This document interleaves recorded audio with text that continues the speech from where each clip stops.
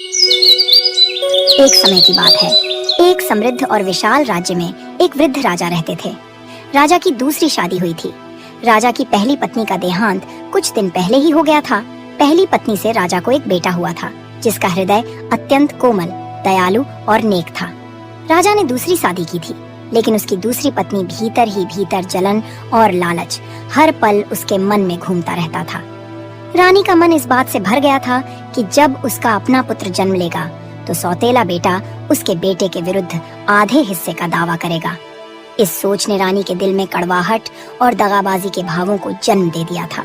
देखो तो सही, ये सौतेला बच्चा कैसे इतना मीठा बोलता है, पर मुझे चिंता है कि जब मेरा बेटा जन्म लेगा तो उसका आधे का हिस्सेदार हो जाएगा। मैं अपने ही बेटे का भविष्य खराब नहीं करना चाहती, मुझे कुछ करना चाहिए। उसकी आंखों में क्रोध और लालच की चमक झलक रही थी। उसी शाम रानी ने अमन के लिए आदेश जारी किया। अमन, तुम आज से मेरे नौकर बनकर रहना। महल के कामकाज में मेरी सहायता करो, और अगर तुम अपना कार्य ठीक से नहीं करोगे तो तुम्हें दंड भी भुगतना पड़ेगा। और सुनो, यह सब बात तुम महाराज से मत बताना। अगर तुमने महाराज से बताया तो तुम्हें उल्टा लटका के मारूंगी। माँ, मैं हमेशा आपकी सेवा करने के लिए तैयार हूँ। आखिर आप मेरी प्यारी माँ हो। माँ की सेवा नहीं करूँगा तो किसका करूँगा? अमन की मासूमियत में रानी ने नफरत का बीज बो दिया। रानी ने उसे रोज कठोर मेहनत के काम में लगा दिया करती और उसे ठीक से भोजन भी नहीं देती थी। अमन अपनी मासूमियत में बिना किसी शिकायत के सभी आदेश मानता था। समय बीतता गया। रानी के मन में और भी कठोर विचार उमड़ने लगे। वह सोचने लगी, क्यों न अमन को हमेशा के लिए इस दुनिया से मिटा दिया जाए, ताकि भविष्य में मेरे आने वाले बेटे का पूरा अधिकार सुरक्षित रह सके और पूरा राजपाट मेरा अपने बच्चे का हो सके। रानी के मन में अमन को हमेशा हमेशा के लिए रास्ते से हटाने के लिए षड्यंत्र रचने लगी थी।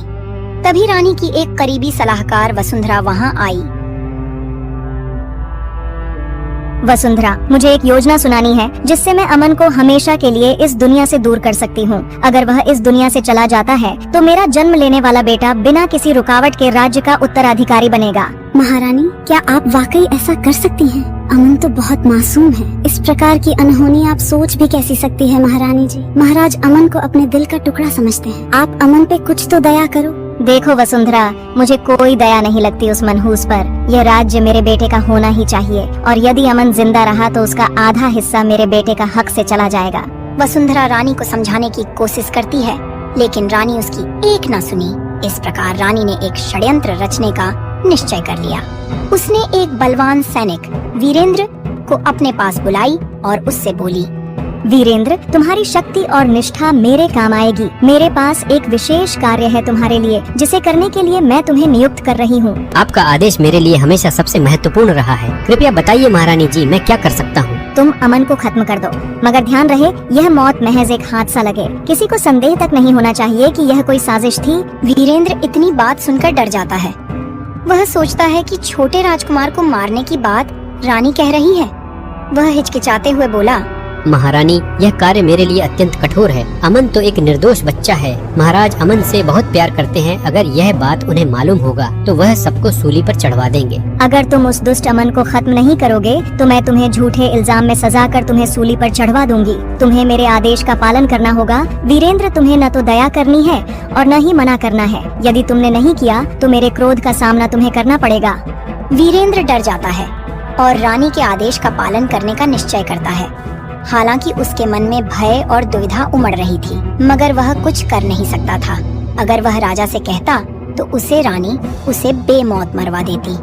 वह चिंतित था। कुछ दिन बीतता है। फिर एक दिन राजा अपने पुत्र से पूछता है, पुत्र, मुझे लगता है कि तुम आजकल बहुत उदास लग रहे हो। क्या बात है? कुछ दिक्कत है तो बताओ। कुछ नहीं पिताजी, बस माँ की याद आ रही थी। अरे पुत्र, तुम्हारी दूसरी माँ तो है ना, वह तुझे बहुत प्यार करती है। वह तुम्हें अपने जिगर का टुकड़ा मानती है। तभी रानी वहाँ आती है और झूठी प्यार दिखाते हुए बोलती है, अरे मेरे प्यारे पुत्र, तुम कहाँ थे कब से? मैं तुम्हें ढूंढ रही हूँ। तुम्हारे लिए मैं बहुत अच्छा पकवान बनवाई हूँ, चलो खा लो। तुम सुबह से कुछ नहीं खाए हो, देखो तो कितना कमजोर हो गए हो तुम। राजा इतनी बात सुनकर बहुत खुश होते हैं। वह सोचते हैं कि मेरी दूसरी पत्नी मेरे बेटे की कितनी ख्याल रखती है। इसी तरह दिन बीतते। फिर एक दिन रानी सैनिक से कहती है, वीरेंद्र, इस अमन का खेल कब खत्म करोगे? कई दिन बीत गया, इसी तरह रहा तो वह धीरे धीरे बड़ा समझदार हो जाएगा तो उसे मारने में दिक्कत हो जाएगा। महारानी, इस समय सारे सैनिक, मंत्री और प्रजा जन महल में हैं। मैं किसी सुनसान दिन का इंतजार कर रहा हूँ, क्योंकि अगर कोई देख लेगा तो हम लोग फंस जाएंगे। तो देर किस बात की? कल महाराज और मंत्री और सभी सैनिक दूसरे राज्य में कुछ सुनवाई के लिए जा रहे हैं। क्यों ना तुम कल ही सारा काम खत्म कर दो? ठीक है महारानी जी, आपकी जैसी इच्छा। फिर अगले दिन जब सूर्य की किरणें भी उदास लग रही थीं, तब वीरेंद्र ने अमन की निगरानी में लग गया। वह जानता था कि उसे आज अमन को इस दुनिया से खत्म करना है। अमन हमेशा की तरह महल के कार्यों में लगा हुआ था, बिना किसी शंका के। वीरेंद्र अमन को देखकर अपने मन में सोचता है, हे भगवान, यह मैं क्या करने जा रहा हूँ? इस निर्दोष बच्चा को कैसे मार सकता हूँ मैं? पर महारानी का आदेश सबसे ऊपर है, नहीं तो महारानी अनर्थ कर देंगी। उसकी आंखों में भी झलक रही थी अपराध बोध की चमक, परंतु उसने अपने कर्तव्य को निभाने का निर्णय किया था। धीरे धीरे वीरेंद्र ने अमन के पास जाकर उसे अकेले ले जाने का बहाना बनाया।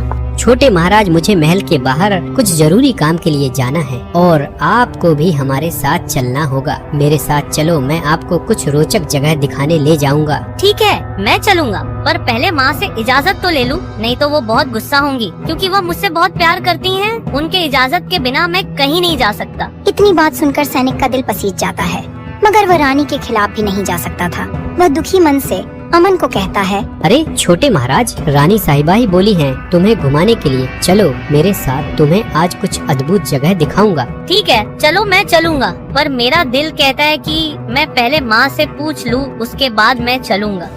अमन तुरंत ही रानी के पास जाता है और पूछता है, माँ, वीरेंद्र सैनिक के साथ मैं घूमने जाना चाहता हूँ, क्या आपकी इजाजत है? हाँ, क्यों नहीं। तुम जाओ, जंगल में बहुत अनोखा अनोखा दृश्य देखने को मिलेगा। तुम जाओ, तुम्हें बहुत अच्छा लगेगा। लेकिन माँ, मुझे पता नहीं क्यों बहुत घबराहट हो रही है, लगता है कुछ अनहोनी होने वाला है। अरे नहीं बेटा, यह सब तुम्हारा वहम है। तुम पहली बार जंगल का सैर करने जा रहे हो, इसीलिए तुम घबरा रहे हो। तुम निश्चिंत होकर जाओ और फिर मेरा आशीर्वाद तुम्हारे साथ है। रानी की बात सुनकर अमन खुशी खुशी सैनिक के साथ चला जाता है। तभी रानी मन ही मन सोचने लगती है, जा जा अमन के बच्चे, आज तेरा खेल खत्म। अब से मेरे आने वाले बच्चे का सारा राजपाट होगा। दोनों महल से बाहर निकलते हैं और एक सुनसान रास्ते पर चल पड़ते हैं।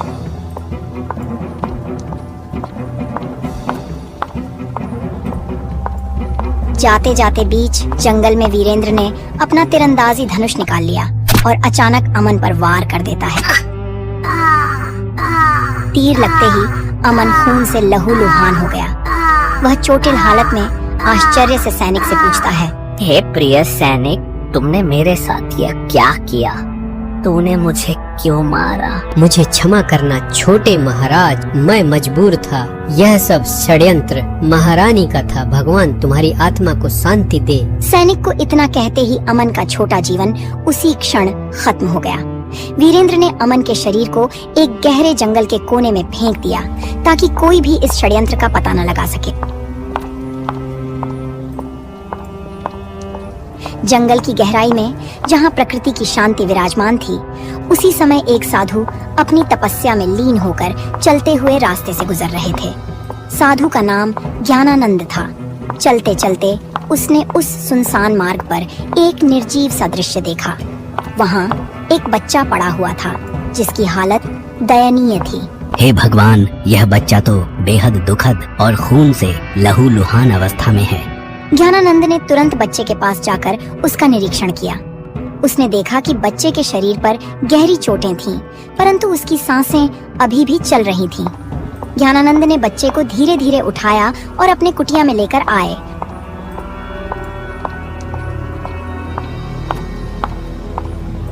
और ज्ञानानंद ने बच्चे का उपचार करना शुरू किया, उसे औषधियां दी और धीरे धीरे उसकी हालत में सुधार आने लगा। बच्चे ने ज्ञानानंद की गोद में अपना विश्वास जताया। ज्ञानानंद ने बच्चे को आकाश का नाम दिया, जैसे कि वह पुनर्जन्म प्राप्त कर रहा हो। हे बच्चा, तुम चिंता मत करो, अब तुम्हें मेरे संरक्षण में सुरक्षित जीवन मिलेगा। इधर जब राजा को पता चला कि उनका बेटा अमन महल से गायब है, तो वह पागल से हो गए और अमन को खोजने का सख्त निर्देश दिया। रानी झूठे आंसू बहाकर अमन के लिए दुखी थी। अरे सैनिकों, जल्दी मेरे बेटे को खोजो। आखिरकार कौन है जो मेरा दुश्मन है, जो मेरे बेटे को अगवा कर लिया है। कुछ वर्ष बीतते हैं। जब आकाश बड़ा होता है, तब समय के साथ ज्ञानानंद ने आकाश को साधु की शिक्षा दी। आकाश ने कठिन तपस्या और साधना से न केवल अपने शारीरिक घाव भर लिए, बल्कि अपने मन में ज्ञान और करुणा की ज्योति भी प्रज्वलित कर ली। आकाश अब न केवल एक साधु बन गया, बल्कि अपने अंदर वह दिव्य प्रकाश भी जागृत हुआ, जिसने उसके चारों ओर आशा का संचार कर दिया। राजमहल में समय का पहिया निरंतर घूमता रहा। राजा पहले से बूढ़े हो चुके थे और रानी को भी कोई संतान नहीं हुआ, जिस पर वह घमंड करती थी। अब रानी को भी चिंता सताने लगी थी। वह सोचती, मैंने अपने सौतेले बेटे को मरवाकर अच्छा नहीं किया। वह अपने माँ की तरह मुझे मानता था। आज कई वर्ष बीत गया, लेकिन मेरी कोई औलाद नहीं हुआ। अगर अमन रहता तो हमारे बुढ़ापे का सहारा होता। ये मैंने बहुत गलत किया, उसी का सजा भगवान मुझे दे रहे हैं, मुझे बिना औलाद बनाकर। अब रानी को पछतावा हो रहा था, परंतु अमन अब महल में नहीं था। राजा को भी अपने राज्य की चिंता सताने लगी। मुझे मेरे पुत्र का इंतजार है, परंतु मुझे कुछ भी नहीं मिल रहा। क्या यह सच है कि वह अब इस दुनिया में नहीं है? राजा की आवाज में निराशा और पीड़ा की झलक थी। दिन बीतते गए और राजा की सेहत में लगातार गिरावट आती गई। उनके मन में एक अनकही पीड़ा थी, जिसे समझना कठिन था। अंततः राजा की चिंता और बेचैनी उनके स्वास्थ्य पर भारी पड़ गई। राजा की स्वास्थ्य की हालत इतनी खराब हो गई कि एक दिन उन्होंने अपने प्राण त्याग दिए। महल में सभी शोक हो उठे। राजा का निधन एक गहरा घाव बनकर रह गया, परंतु यह किस्मत की मार थी, जिसे कोई भी रोक नहीं सकता था। उसी क्षण ज्ञानानंद और आकाश, जो अब पूर्ण साधु बन चुके थे, भिक्षा मांगने महल के दरबार में पहुँचे। महल के दरबार में सभी लोग राजा के निधन पर शोक मना रहे थे। हे दरबार के लोग, यह क्या हुआ? किसका निधन हो गया है?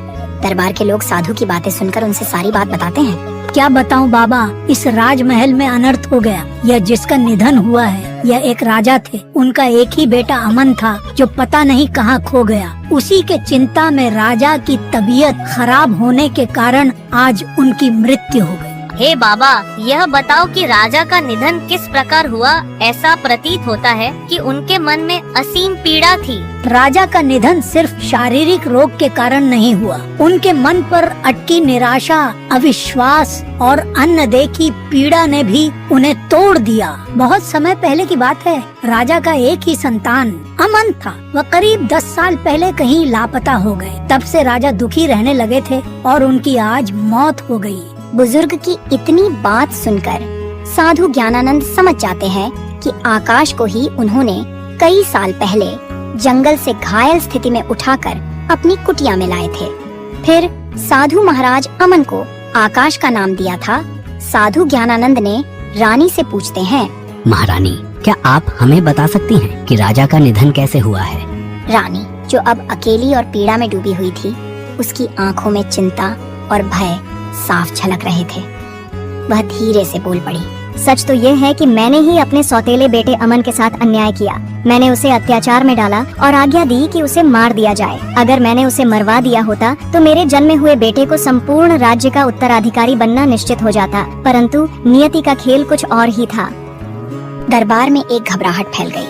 सबको समझ में आ गया कि रानी के लालच और जलन ने किस कदर राज्य में दुख और विनाश फैला दिया था।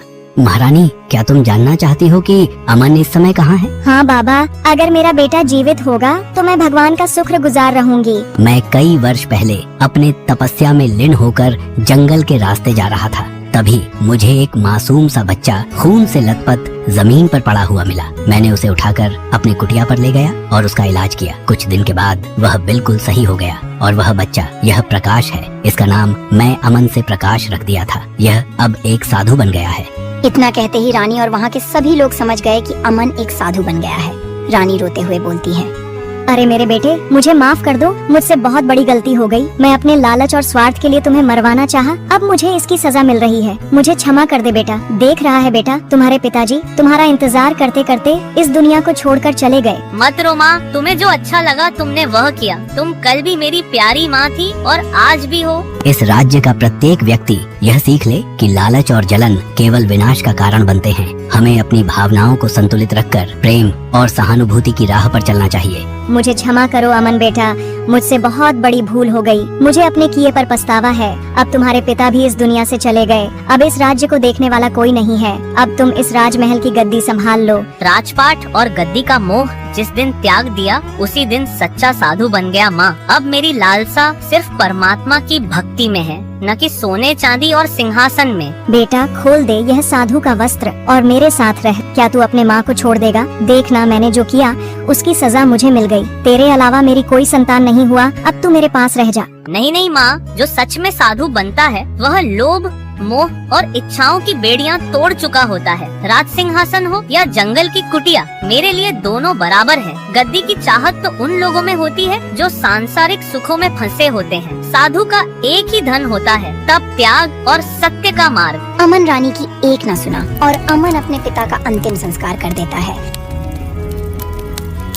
और वह और राजमहल से चला जाता है। रानी की आंखों में आंसू थे। वह देखती है कि मेरा बेटा बहुत दूर चला गया। सभी के आंखों में आंसू थे। रानी की इस स्वीकृति ने पूरे महल में एक गहरी मौनता फैला दी। लोग सोचने लगे कि कैसे एक इंसान के अंदर की जलन और लालच पूरी दुनिया को तबाह कर सकता है। लेकिन अब पछतावे की यह चुभन समय की धारा में खो गई थी। ज्ञानानंद और अमन के साधु स्वरूप ने लोगों को यह संदेश दिया कि जीवन में दया, प्रेम और क्षमा का महत्व कितना अधिक होता है।